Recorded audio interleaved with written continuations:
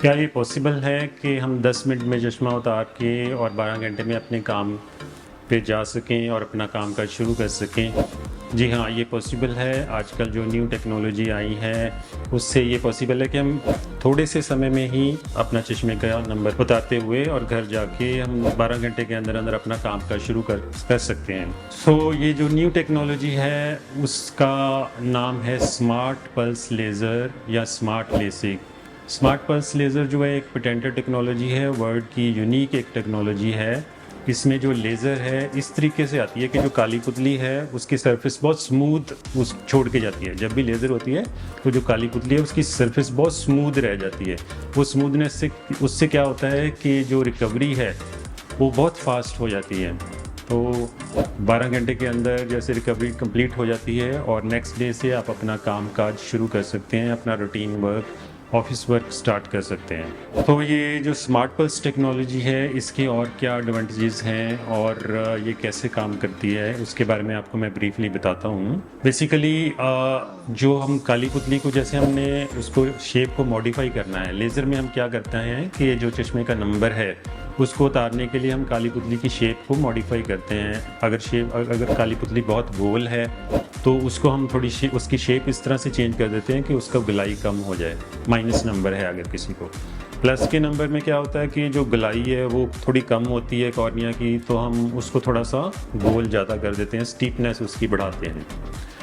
तो उसको भी उतारने के दो मेथड होते हैं। एक तो है कि जो पहले वाले प्रोसीजर शुरू से चलते आ रहे हैं कि फ्लैप बनता है, तो एक छोटा सा सरफेस से हम उसके फ्लैप उठा के और साइड पे रख देते हैं और लेज़र की रेज से ट्रीटमेंट करने के बाद वो फ्लैप जो उठाया था वो वापस रख देते हैं और रिकवरी हो जाती है।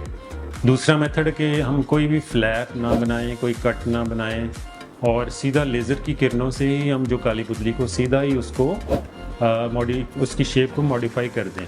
मॉडिफाई करने के बाद वो उसकी हीलिंग जो होती है थोड़ी सी स्लो होती है, लेकिन हीलिंग सरफेस के ऊपर एपिथेलियम न्यू आ जाती है। तो बेसिकली दो मेथड हैं, one is flap with flap and the second one is without flap.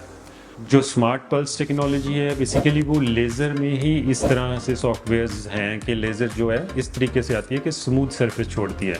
अब ये स्मार्ट पल्स टेक्नोलॉजी का हम कैसे यूज़ करते हैं ये हमारे ऊपर डिपेंडेंट है। अगर तो हम फ्लैप बनाते हुए फिर वो स्मार्ट पल्स टेक्नोलॉजी यूज़ करते हैं तो उसको हम बोलते हैं स्मार्ट लेसिक। और सेकेंडली अगर हम सपोजिंगली फ्लैप नहीं बनाते और सरफेस पे ही ट्रीटमेंट करते हैं तो उसको बोलते हैं स्मार्ट सरफेस। तो ये दो तरीके के प्रोसीजर है, smart LASIK and smart Surf बोलते हैं उस प्रोसीजर को। तो बेसिकली ये पेशेंट के ऊपर भी डिपेंडेंट है कि वो विद फ्लैप चुनना चाहता है या विदाउट फ्लैप चुनना चाहता है। और सेकेंडली ये होता है कि अगर आप रिकवरी फास्ट चाहते हैं तो विद फ्लैप वाले प्रोसीजर में थोड़ी रिकवरी फास्ट होती है और स्मार्ट सर्फ में थोड़ा सा रिकवरी में लैग होता है, लेकिन उसमें एडवांटेज है कि कोई कट या फ्लैप या कोई कटिंग नहीं होती उसमें इन्वॉल्व, ये उसका बेनिफिट है। अब आपने समझ लिया कि स्मार्ट पल्स टेक्नोलॉजी से हम smart LASIK as well as smart surf दो तरह के प्रोसीजर कर सकते हैं। तो जो फ्लैप वाले प्रोसीजर हैं उसमें थोड़ी रिकवरी ज़्यादा जल्दी हो जाती है और जो स्मार्ट सर्फ वाले हैं उनमें थोड़ा सा डिले होता है और अगर कोई कॉम्प्लिकेशन हो भी जाती है तो उसके ट्रीटमेंट्स पॉसिबल हैं। और अभी ये जो स्मार्ट पल्स टेक्नोलॉजी है इसमें रीट्रीटमेंट्स भी बहुत अच्छी तरह से हो जाती हैं, हाईली कस्टमाइज प्रोसीजर है, क्योंकि ये 1,25,000 जगह से मशीन डाटा लेती है और अगर सपोजिंगली किसी की रीट्रीटमेंट करनी है, पहले कहीं अच्छी तरह से ट्रीटमेंट नहीं हो पाया या कोई कॉम्प्लिकेशन आ गई तो रीट्रीटमेंट्स भी बहुत अच्छी तरह ये मशीन करती है। तो अगर इसके एडवांटेजेस हमने समराइज़ करने हों तो उसमें क्या है, नंबर वन ये हाईली कस्टमाइज्ड प्रोसीजर है, 1,25,000 जगह से मशीन डाटा लेती है।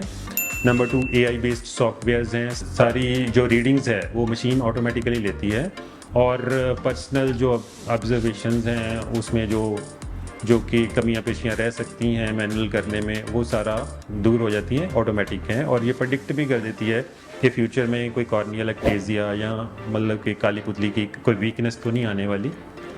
तो तो वो सारा बहुत बड़ा एडवांटेज है।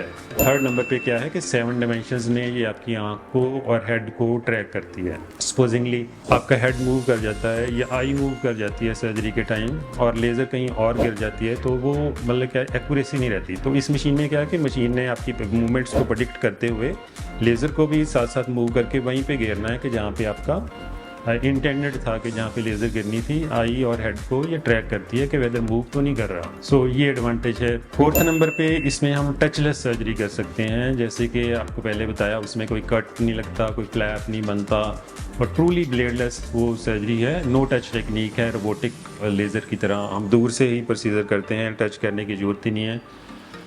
जस्ट आई के ऊपर फोकस करना है लेज़र को और हमने फुट स्विच दबाना है लेज़र मशीन का और लेज़र जो है अपने आप ही रीशेपिंग कर देगी सारी कॉर्निया की और पेशेंट देखता हुआ उस टाइम वापस जा सकता है। 10 मिनट्स का प्रोसीजर है। सो ये पॉसिबिलिटी उसमें है, टचलेस सर्जरी की भी है। सो ये बहुत हाईली एडवांस्ड मशीन्स हैं जो आजकल वाली, तो इनमें जो है लेसिक लेज़र बहुत एफर्टलेस हो जाती है और कॉम्प्लिकेशंस वगैरह के चांस ऑलमोस्ट नेग्लिजिबल हैं। और ये फिफ्थ नंबर पे ये क्या है कि लेज़र जो है बहुत एक्यूरेट है और प्रिसाइज टेक्नोलॉजी होने के कारण नाइट विजन बहुत अच्छा आता है। कोई हेलोज ग्लेयर्स की प्रॉब्लम नहीं आती जो पहले वाली में आती थी, बहुत कम आती है, अगर आती भी है तो बहुत रेयर है। और कंट्रास्ट या चीज़ों का गहरापन, जैसे चीज़ क्लैरिटी मतलब ज़्यादा गहरी नज़र आती है, जैसे हमें कंट्रास्ट जैसे HD विजन कह लो, इस तरह क्लैरिटी आती है निगाह में। तो ये सारे एडवांटेजेस हैं ये स्मार्ट सर्फ टेक्नोलॉजी के।